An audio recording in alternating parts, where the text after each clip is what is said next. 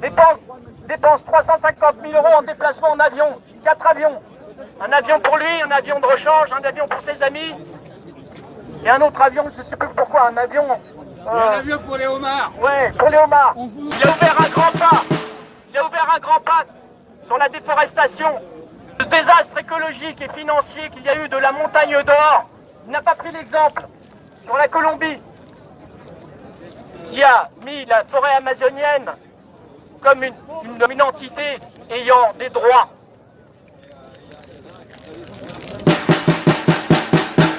Aussi, n'oublions pas le salaire de nos ministres, qui est descendu de 22 000 € à 14 000 €. Désolé pour eux, mais ils ont quand même d'autres avantages.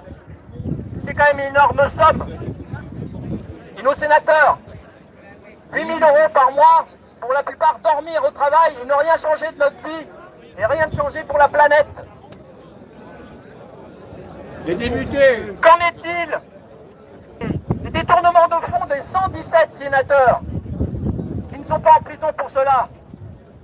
Qu'en est-il des millionnaires qui s'en vont à l'étranger? 1 millionnaire sur 5 part à l'étranger pour blanchir son argent. Ils ont des biens en France et on ne va pas leur saisir. On va saisir un SDF qui va voler une bouteille de vin. Il va aller en prison pour cela. Il y a 45% de la production alimentaire industrielle qui est jetée chaque jour avant d'être distribuée dans les magasins. Alors qu'il y a des tas de gens qui meurent de faim aujourd'hui. 1 million de personnes sous le seuil de pauvreté et un autre million qui essaye de ne pas y arriver. J'ai mis le mot conscience, respect, solidarité, qui sont les 3 mots-clés pour la liberté face au gouvernement, qui ne sait que s'ébattre au milieu de ces chiffres, au milieu de ces images qui nous fabriquent pour mieux nous faire dévier de la vérité. Et comme l'a dit la mère d'un gilet jaune, qui s'est fait toucher au flashball à l'œil, elle a dit « Le mensonge pourra prendre l'avion, la vérité marchera pour le rattraper. » Aussi, le 14 juillet doit être un autre 14 juillet. Le vrai 14 juillet, c'est le nôtre.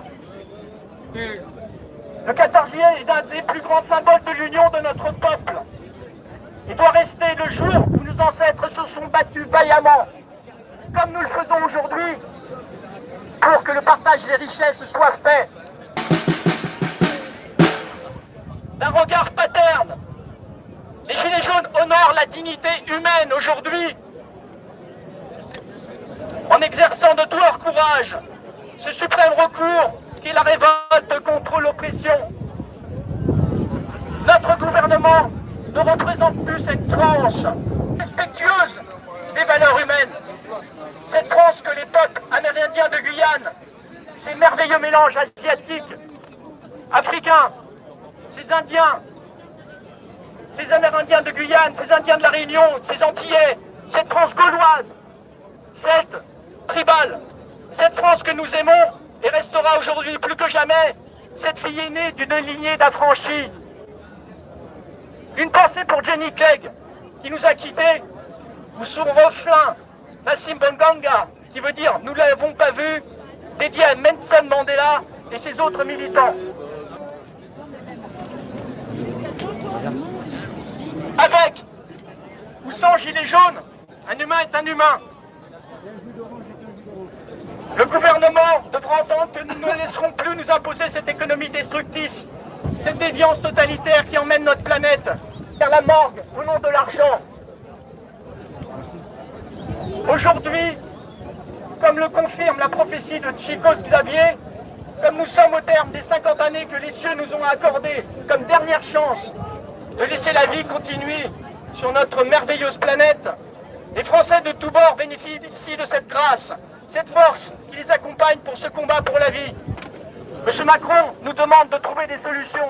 En fait, ce qui peut les déranger, c'est que nous trouvions des solutions qui nous devenions autonomes. Ce qui peut paraître un peu utopique aujourd'hui, mais il y a des lois, réinvestissons des terrains qui peuvent être donnés par les mairies. Mettons un fin au génocide de nos abeilles qui sont en train de disparaître, qui sont sans elles, il n'y a plus de culture. À cause de ces engrais et ces lois que Macron réitère chaque année et qui détruisent la nature.